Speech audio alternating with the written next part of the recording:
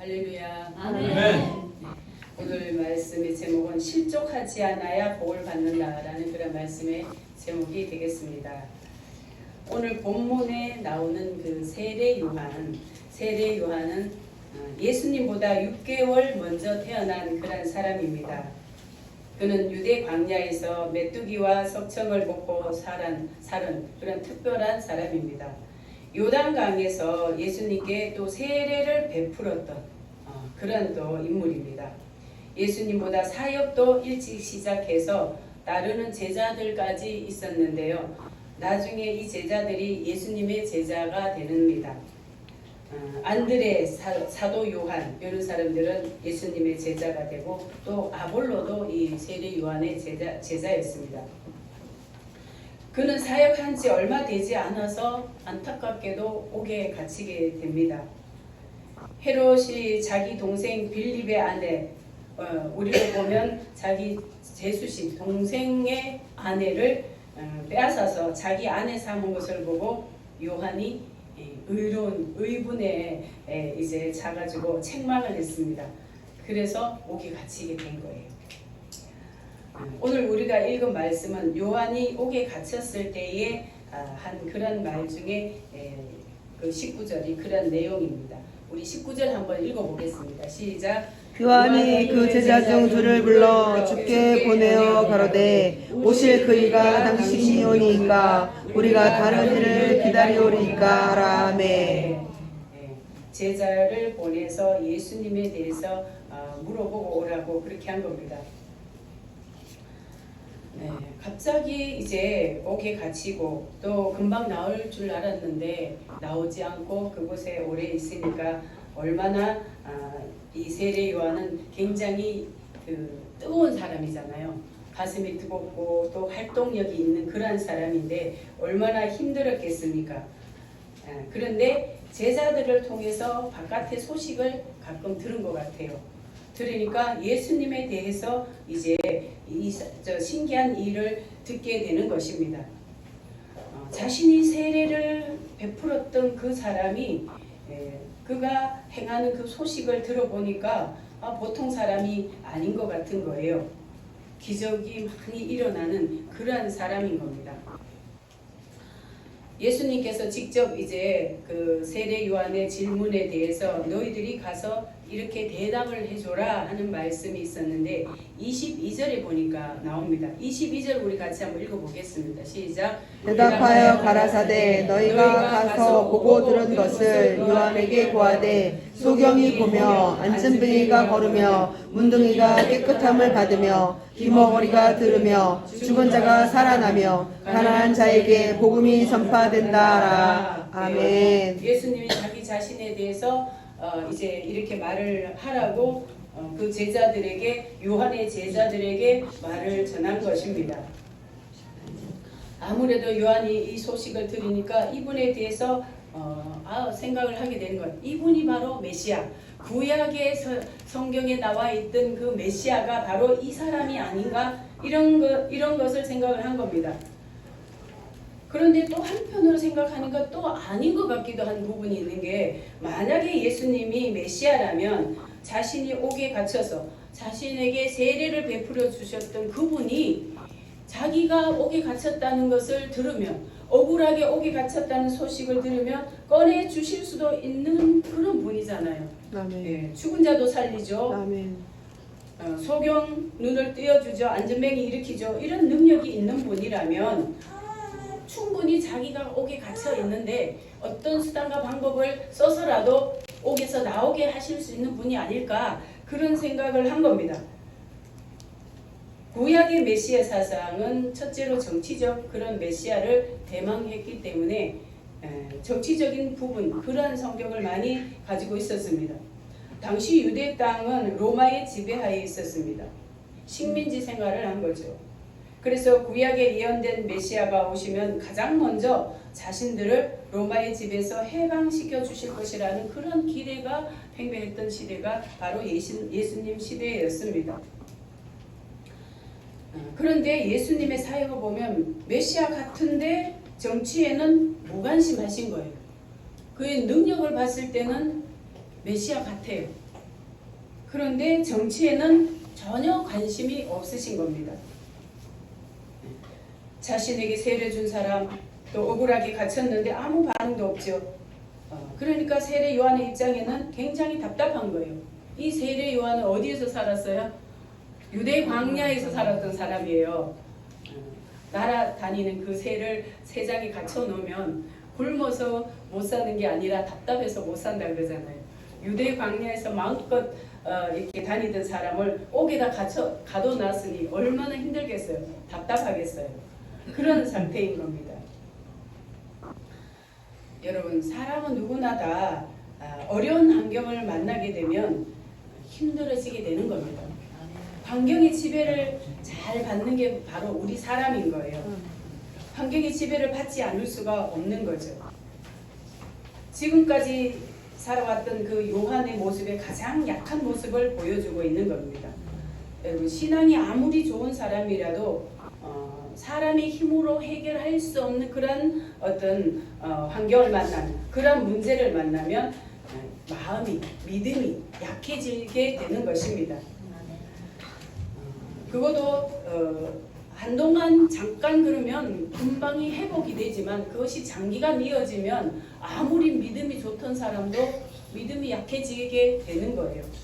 과연 하나님이 살아계신가? 나를 정말로 지켜보고 계신가? 이러한 의문이 들게 되는 것입니다. 이 세례 요한은 정말 특별한 사람이었습니다. 복중에 있을 때부터 성령의 충만함을 받은 그러한 사람이에요.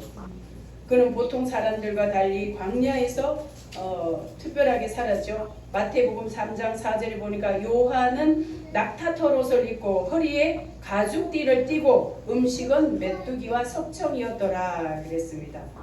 이 복장을 하고 광야에서 사는 거예요. 그런데 이 요한이 범상치 않은 그런 모습으로 살았던 그 모습과 달리 옥에 갇히니까 마음이 한없이 연약해지고 있는 그런 모습을 보는 것입니다. 세례 요한이 한참 잘 나갈 때는 어땠습니까? 많은 바리새인과 사두개인이 세례 베푸는데 오는 것을 보고 이르되 독사의 자식들아 누가 너희를 가르쳐 임박한 진노를 피하라 하더냐 하면서 가차없이 종교 지도자들, 정치 지도자들에게 가차없이 책망했던 그런 사람입니다. 여러분, 요즘에 그 유명한 그런 교회 목사님이 국회의원들에게 보자마자 이 독사의 자식아 그러면서 책망하면 어떻게 될까요? 과연 그럴 사람이 누가 있을까요? 그런데 이 세례 요한은 그렇지 않았습니다.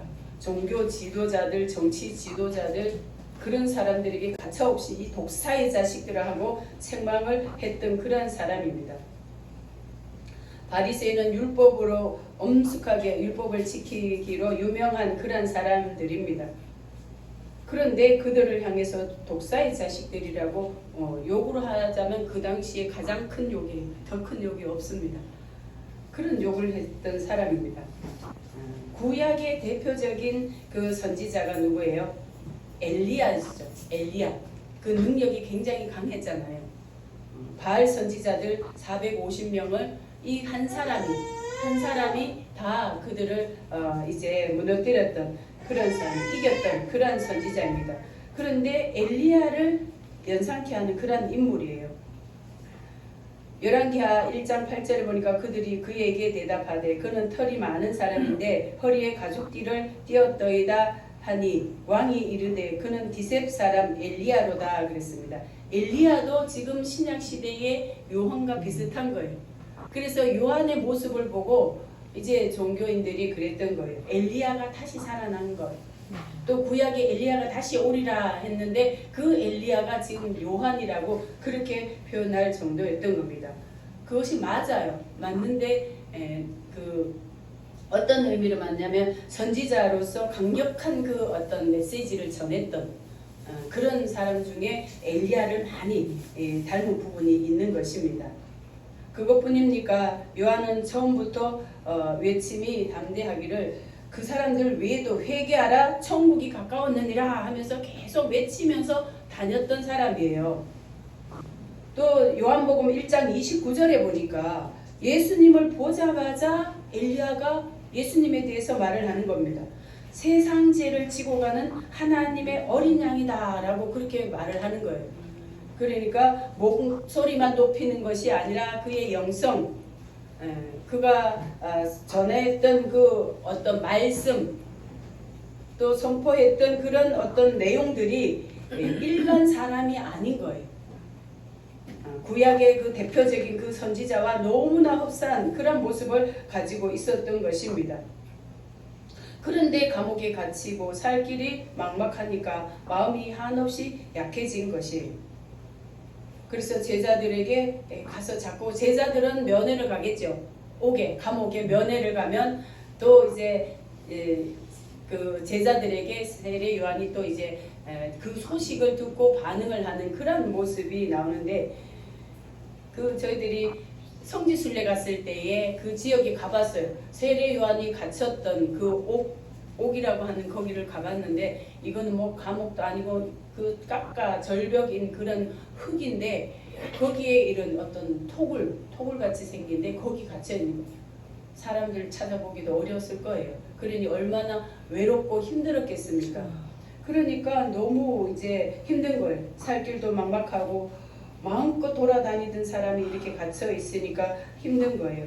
그래서 가서 너희들이 오실 메시아가 당신이오니까 우리가 다른 일을 기다리오리까, 그렇게 답답한 마음을 표현을 해주고 있는 것입니다. 여러분, 우리 믿는 사람이라 할지라도 우리가 모든 것이 잘 될 때는 어때요? 승승장구할 때는 우리의 신앙도 같이 따라 좋아 보이잖아요. 우리 신앙도 막 올라가게 되고, 정말 하나님이 살아계시구나, 하나님이 나를 사랑하시구나, 내가 기도한 거 다 들어주셨구나, 뭐 이런 마음이 들어서 자꾸 우리의 신앙이 좀 업되잖아요. 그죠? 좀 올라가잖아요. 그런데 우리의 힘으로 해결할 수 없는 일을 만났을 때, 그럴 때는 이제 이게 믿음이 약해지는 거예요. 내가 혹시 하나님께 버림받은 건 아닌가? 하나님이 정말 나를 인정하시지 않는 건 아닌가? 이런 어떤 하나님에 대한 그런 신뢰도가 약해지는 거예요. 그런데 오늘 예수님께서 하시는 말씀이 뭐라고 합니까? 23절 우리 같이 한번 읽어보겠습니다. 시작. 누구든지 나를 인하여 실족하지 아니하는 자는 복이 있도다 하시니라. 아멘. 예, 실족지 아니하는 자. 그러니까는 실족할 일이 없어요? 많이 있죠. 크고 작은 그런 실족할 일이 많이 있다는 것이 전제가 된 거예요. 여러분, 우리가 신앙생활 하고 있는 분, 또 지난 날을 돌아봐도 그렇고, 또 지금 우리의 당면한 일들을 봐도 그렇고, 실족할 일이 없는 게 아니라 많이 있어요. 많이 있지만, 그러나 실족하지 않는 자가 뭐예요? 복이 있다 그랬습니다. 실족할 일이 많이 있지만 실족하지 않아야 된다는 거예요. 여기서 실족하다를 헬라어로 보니까 스칸달리조라고 하는데요. 요동치다, 죄를 짓다, 예수님에 대해 의심을 품다, 뭐 이런 것으로 해석할 수가 있는 거예요. 그러니까 나를 인하여 실족하지 않아야 복을 받는다고 하셨는데, 나를 인하여 예수님을 믿다가 그 믿음에 실족이 올 수 있다는 거죠. 믿음이 흔들린다는 것은 뭐예요? 세상으로 가버리는 거예요.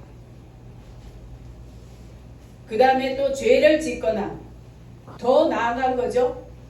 세상으로 나간 그 다음 단계가 죄를 짓게 되는 거죠. 그래서 신앙생활을 하다가 실족해서 넘어지는 거, 실족할 일이 사실 여러 가지가 있잖아요. 가장 큰 거는 뭐예요? 믿지 못해서 그런 거예요. 우리가 예수님을 믿는다고 하지만 실족하는 이유 중에 첫 번째, 가장 큰 게 뭐예요? 믿음이 없어서 그러는 거예요.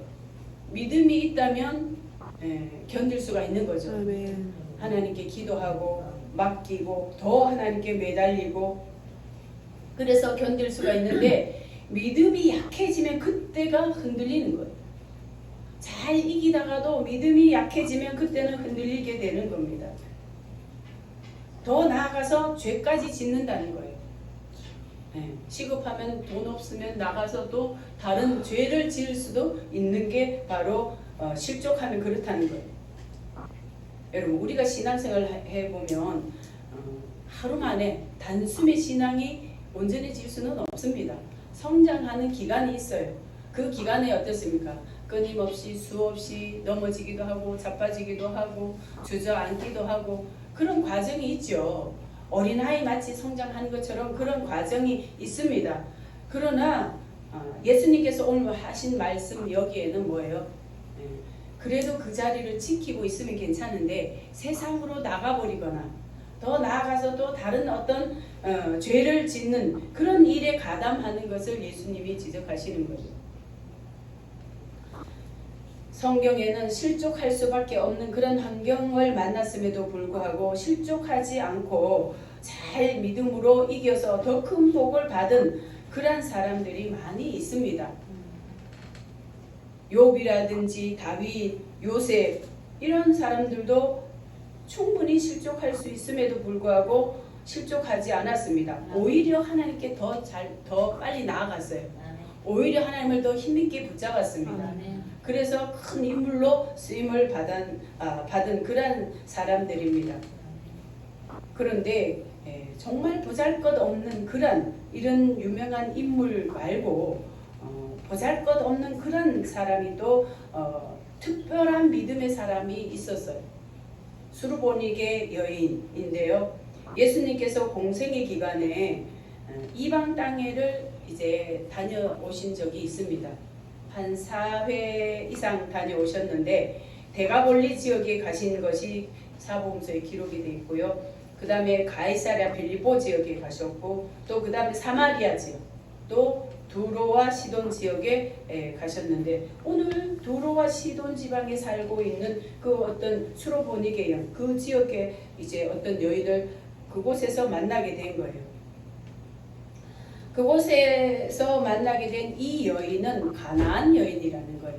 가나안 여인, 원래 원주민이었던 가나안 지역의 원주민이었던 그 어떤 이제 후손인가 봐요. 그 하나가 예수님을 보자마자 소리를 지르는 거예요. 다윗의 자손이여 나를 불쌍히 여기소서 내 딸이 흉악한 귀신이 들렸나이다 이렇게 소리를 지르는 것입니다. 이 소리를 들으면 예수님은 다를 때 같으면 직접 가서 고쳐주시거나 아니면 말씀으로 내 딸이 나았느니라 이렇게 선포를 하셨던 그런 예수님인데 아니 이 목소리를 듣고도 예수님은 들은 척을 안 하시는 거예요. 못 들은 척 하시는 거예요.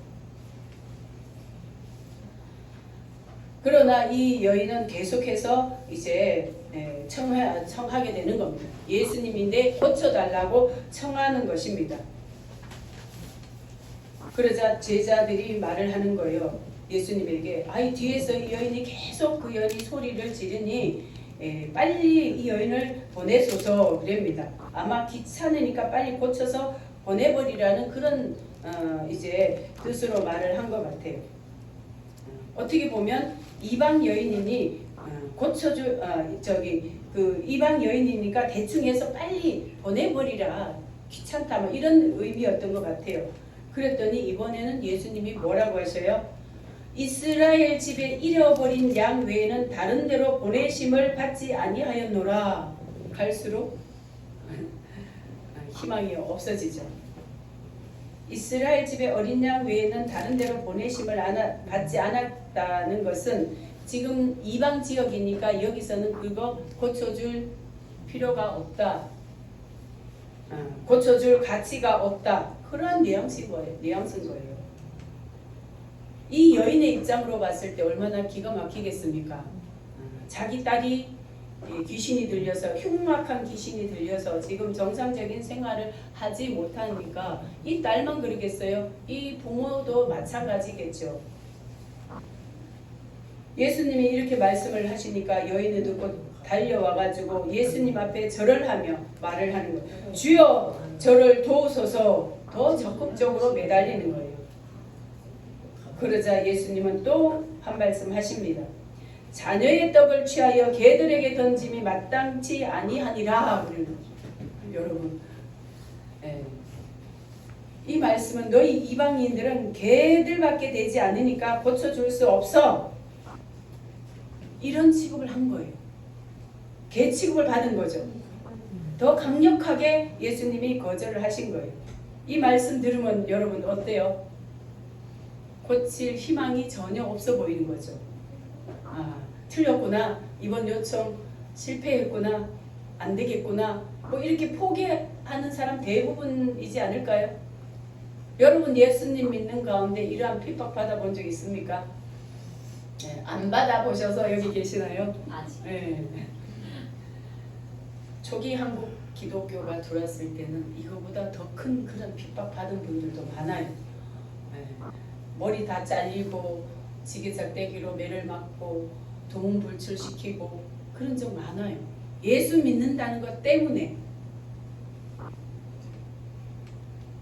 여러분 우리가 예수 믿는다는 것 때문에 우리가 어려움 당할 때 얼마나 많이 있습니까? 뭐 적극적으로 이렇게 무시를 당하는 거는 아니라 할지라도 우리가 사회생활 하다 보면 예수만 안 믿었어도 정말 할 말하고 그죠? 그럴 상황이 있을 때도 참잖아요. 예수 믿는 것 때문에 우리가 양보하고 참을 때도 없지 않아 있잖아요. 아멘.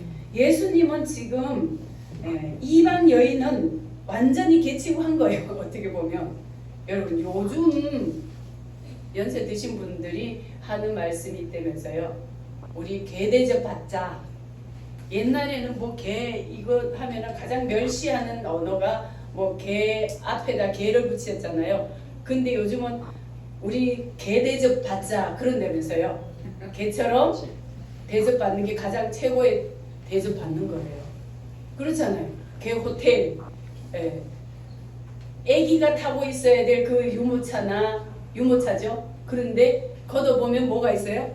개가 있다면서요. 네. 아침 저녁으로 산책시켜주죠. 값비싼 거 다 간식 먹여주고 맛있는 음식 주고. 여러분 그런 대접 받으면 최고의 대접인 거예요.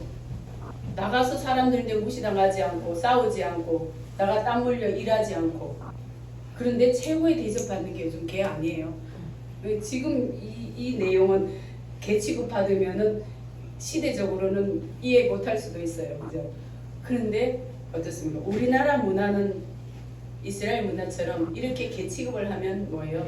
가장 멸시하는 거예요. 가장 무시하고 멸시하는 그런 이제 말인 것입니다.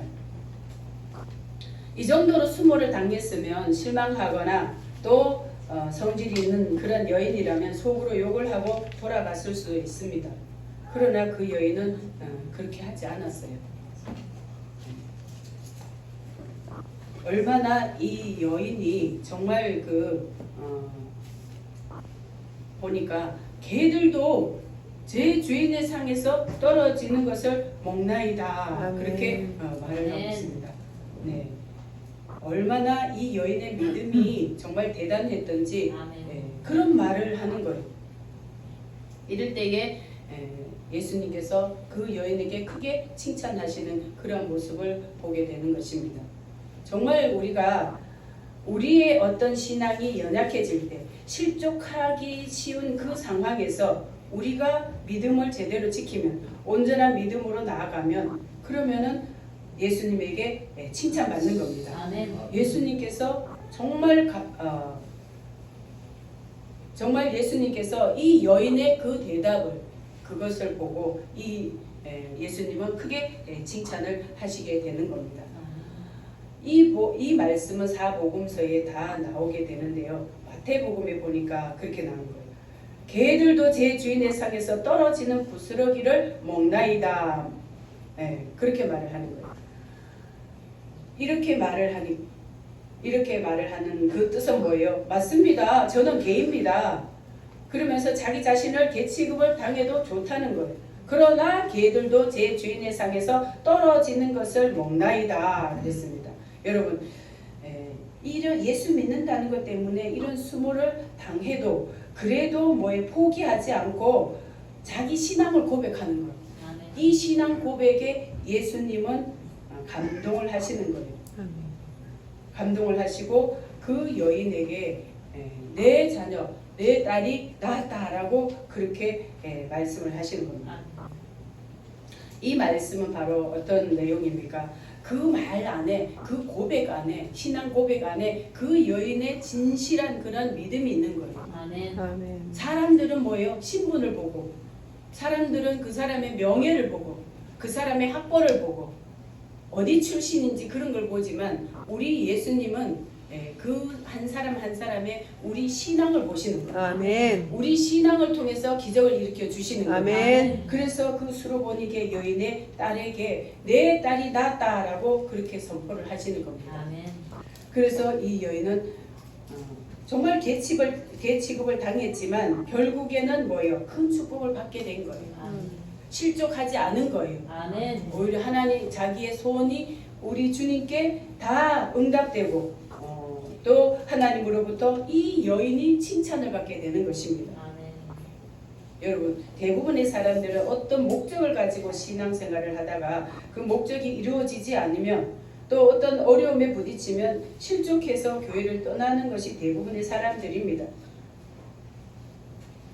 특히 실족하기 쉬운 것이 뭐예요? 어떤 목적을 가지고 왔는데 그게 목적이 이루어지지 않았을 때, 예를 들어서 한 가지 기도 제목을 가지고 왔는데 그것이 이루어지지 않았을 때, 그럴 때에 가장 많이 실족을 하는 겁니다.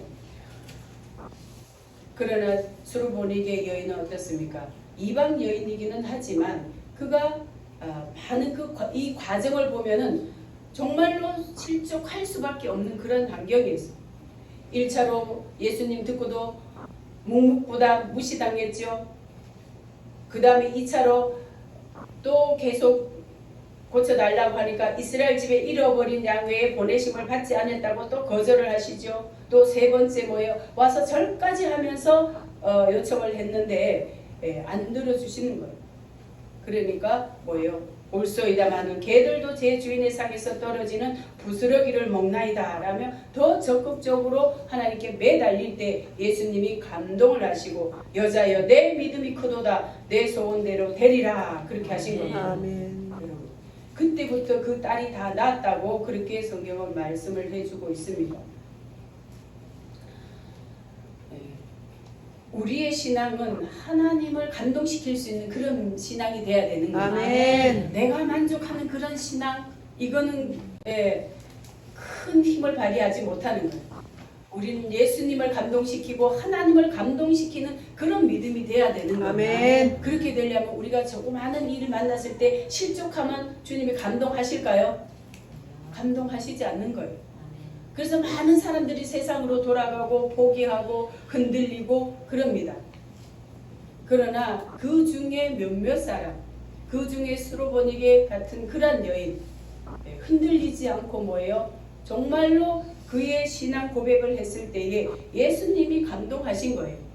저와 여러분이 신앙생활 하지만 결정적일 때, 가장 우리가 어려울 때에 주님을 감동시키는 그런 신앙이 되시기를 축복합니다. 아멘. 그게 진짜 믿음인 거예요. 아멘. 평소에 잘 나갈 때 믿음 좋죠. 좋지만 더 중요한 믿음, 더 주님을 감동시킬 수 있는 믿음은 정말 설 수 없을 때, 내가 감당할 수 없을 때, 포기하고 싶을 때, 그럴 때의 믿음을 발휘를 하면 우리 주님도 감동하시는 것입니다. 아멘. 성경에서 실족하지 않아서 복을 받은 사람 하면 딱 떠오르죠? 욥. 욥도 마찬가지입니다. 대표적으로 욥을 꼽을 수 있는데 욥은 죄가 많아서 큰 재앙을 만난 사람이 아닙니다. 어쩌면 너무 신실해서 너무 의인이어서 하나님이 칭찬하셨는데 그 칭찬에 이 사탄이 욥을 시험을 해보라 그러는 거예요. 하나님이 욥에게 많은 복을 주시니까 그러니까 욥이 저렇게 신실하고 동방의 의인이 된 것이지, 만약에 한번 쳐보세요. 그가 가진 모든 소유를 한번 쳐보세요. 그러면은 아마 넘어질 겁니다. 이런 식으로 말을 한 거예요. 그런데 하나님은 욥을 하나님이 믿어주셨어요. 아멘. 그가 실족하지 아니할 거라는 것을 하나님이 믿어주신 거예요. 여러분, 우리가 하나님 믿는 거 중요하지만 하나님이 우리를 믿어 주셔야 되는 거예요. 아멘. 우리가 견고한 믿음이 되면 하나님도 우리를 인정하시는 아멘. 믿음이 되는 거예요. 아멘. 그래서 욥은 뭐예요? 하나님이 인정을 하셨기 때문에 사단에게 그럼 네가 해봐라, 시험해봐라 한 거예요. 그랬더니 그냥 매일매일 들어오는 소식이 뭐예요? 자녀 죽죠, 재산 다 망가지죠, 아내까지 잃죠. 마지막에는 뭐예요? 병 중에서도 가장 괴로운 병이 피부병인 것 같아요. 그 막 득득 긁고 잠도 못 자고 그러면 거기다 구더기까지 있을 정도로 그런 가장 괴로운 그런 시간을 보내고 있을 때에 그럴 때에 뭐예요? 친구들까지 와서 욥을 위로한답시고 와가지고 오히려 정죄를 하는 그런 모습을 볼 수 있습니다. 처음에는 그래도 욥이 믿음이 있는 사람이기에 당당했어요. 담대했어요. 그런데 시간이 갈수록 욥도 실족할 뻔했습니다. 그러나 실족할 쯤에 돼서 하나님은 뭐예요? 우리에게 시험을 허락하실 때에 피할 길을 내신다고 했어요. 피할 길을 내시는 분입니다. 그래서 실족할 뻔할 쯤에 하나님께서 욥을 붙잡아 주신 거예요. 그래서 실족하지 않고 다시 일어나서 다시 욥이 회복이 됐잖아요. 다시 10명의 자녀 낳게 되고 재산도 그 이전에보다 갑절이나 받아서 욥 이름 하면 성경에서 정말 위대한 이름 중에 한 명인 거예요. 그 어려웠던 그 시험을 잘 이기고 실족하지 않고 하나님을 붙잡아서 그 이름이 명예롭게 됐기 때문에 그런 것입니다. 욥이 이렇게 갑절의 복을 받을 수 있었던 것이 뭐라고요? 혹독한 시련을 다 겪고 나서 받은 것이기 때문에 귀한 거예요. 아멘. 시험 없이 받은 거는 우리가 금방 사라질 수 있어요. 금방 놓칠 수 있어요. 그 가치를 모르기 때문에 귀하게 여기지 않습니다.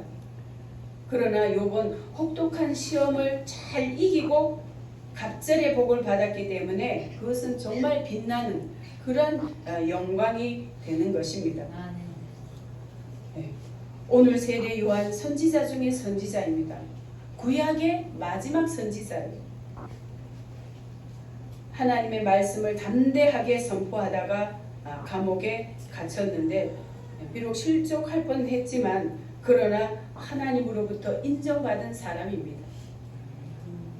28절 우리가 읽지는 않았지만 28절 같이 한번 읽어보겠습니다. 시작. 내가 너희에게 말하노니 여자가 낳은 자 중에 요한보다 큰 이가 없도다. 아멘. 여자가 낳은 자 중에 요한보다 큰 이가 없다라고 주님이 인정을 해준 거예요. 주님이 인정하시면 다 아닙니까? 아멘. 아멘. 사람이 아무리 인정해도 주님이 아니라고 하면 다 소용이 없는 거예요. 아멘. 그런데 우리 주님이 뭐예요? 주님이 인정을 하신 거예요. 그는 비록 짧은 인생을 살았으나 구원자 예수 그리스도의 사역에 앞길을 예비한 사람이고 또 예수님께 세례를 베풀었을 뿐만 아니라 많은 사람들을 회개를 시켜서 구약의 막을 아름답게 내린 그러한 그 선지자이며 신약 시대의 길을 잘 닦은 그러한 선지자가 바로 세례 요한인 것입니다. 그렇다면 우리의 신앙인으로 우리가 살아갈 때에 가장 중요한 게 뭘까요? 실족하지 않아야 된다는 거. 아멘. 우리가 실족하지 않아야 되는 건 언제까지 해야 됩니까? 주님의 나라에 갈 때까지 실족하지 않아야 됩니다. 그동안에 어떤 일이 있을지 모르지만 그러나 우리가 잘 견디고 이기면 우리 하나님께서 인정하시고 아멘. 감동하시고 아멘. 갑절의 복을 주시는 것입니다. 아멘. 여러분 우리가 복을 거저 받으려고 생각하면 안 돼요. 물론 여기서 말하는 복이라는 것은 여러 가지가 있지만 갑절의 복, 가장 값진 복은 뭐예요? 영생의 복인 것입니다. 아멘. 천국의 복인 것이에요. 아멘. 실족하면 절대로 천국의 복, 영생의 복을 받을 수가 없습니다. 아멘. 그러므로 저와 여러분은 예수님을 믿다가 신앙생활하다가 조금 어떤 어려움이 있다고 해서 절대로 실족하지 마시기 바랍니다. 아멘. 큰 복을 받기 위해서는 실족하지 않는 것이 관건이에요. 저와 여러분이 끝까지 신앙 잘 지켜서 실족하지 않고 끝까지 신앙 잘 지켜서 가장 큰 복, 영생의 복을 받는 그런 저와 여러분 되시기를 축복합니다. 아멘.